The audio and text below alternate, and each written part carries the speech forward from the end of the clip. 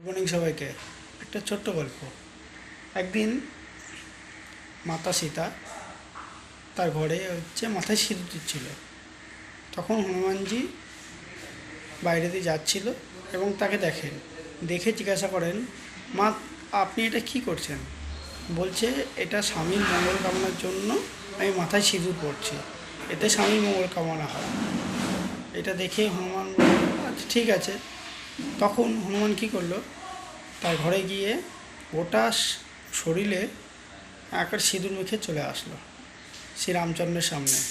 শ্রীরামচন্দ্র বলছেন, এটা তুমি কি করেছো?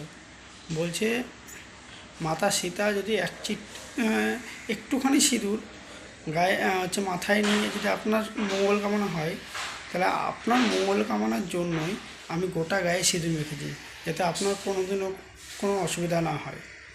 তখন শ্রীরামচন্দ্র দেখেও প্রচণ্ড খুশি হয়ে যায় এবং তাকে আশীর্বাদ করে যে সেই দিন থেকে কোনো ভক্ত যদি মঙ্গলবারের দিন তার এই রূপ দেখে, তার কখনো অমঙ্গল হয় না।